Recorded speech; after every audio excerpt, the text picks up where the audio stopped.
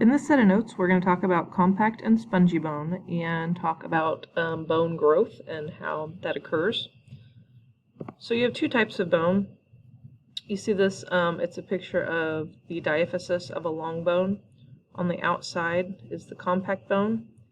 And this is the epiphysis of a long bone. And you can see that is the spongy bone that is surrounded by the compact bone.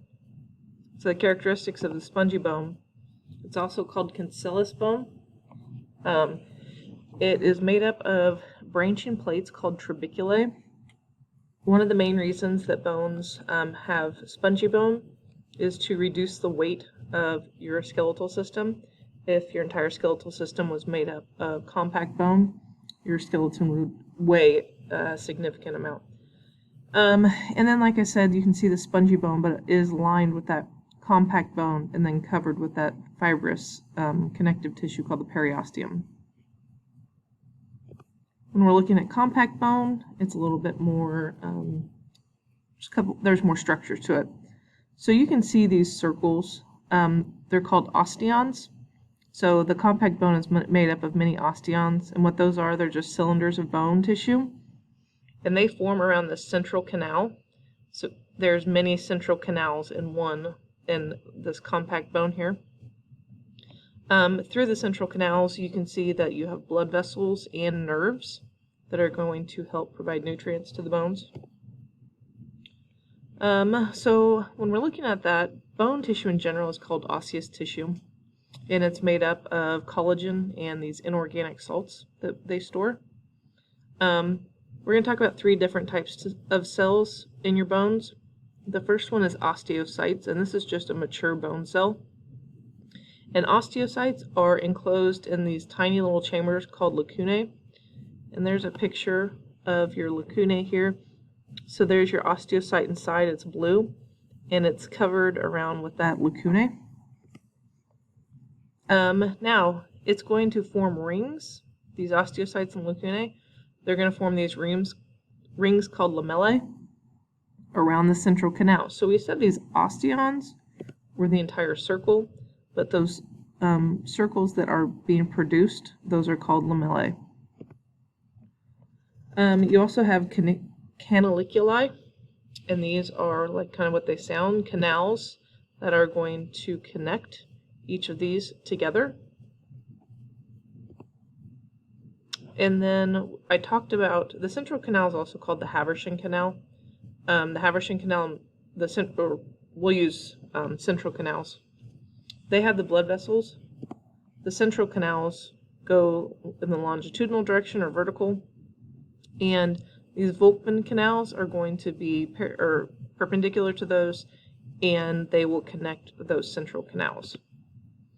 Now, as far as bone development goes, there's two ways that bone can develop. In utero, all bones begin as cartilage, and then from there they ossify to produce bones. Now, if they're a flat bone, such as your skull or your scapula, they're produced through intramembranous ossification. So they are made up of these sheets of layers of connective tissue. And like I said, they're broad and flat bones like your skull or your scapula. And they're called intramembranous bones. You have what is called endochondral ossification. Most of your bones are produced through endochondral ossification. It pretty much just means that the bones begin as the shape that they're intended, and they're just going to begin to ossify, and they're made out of hyaline cartilage. And it's like it says, it's a model for future bones. And then these are called endochondral bones. So here's kind of a picture of endochondral ossification. So you have this hyaline cartilage model. Now it begins to ossify. You can see it's this primary ossification center there in the middle, and it's beginning to ossify. Then secondary ossification begins, and you can see in the epiphyses, you can see those secondary ossification centers. And then it's going to leave those epiphyseal plates for future bone growth. And then that's when that's an endochondral bone. Now, your bone needs to stay strong And to maintain the homeostasis of your bone tissue, you have two other types of cells. You have what are called osteoclasts, and they go through bone resorption.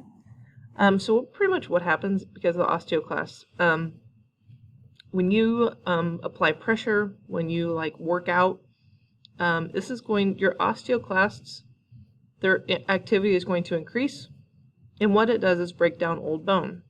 That doesn't sound like it would be a good thing, but because of this, bone deposition will take place, and these new other cells, osteoblasts, come through, and they're going to build stronger bone tissue.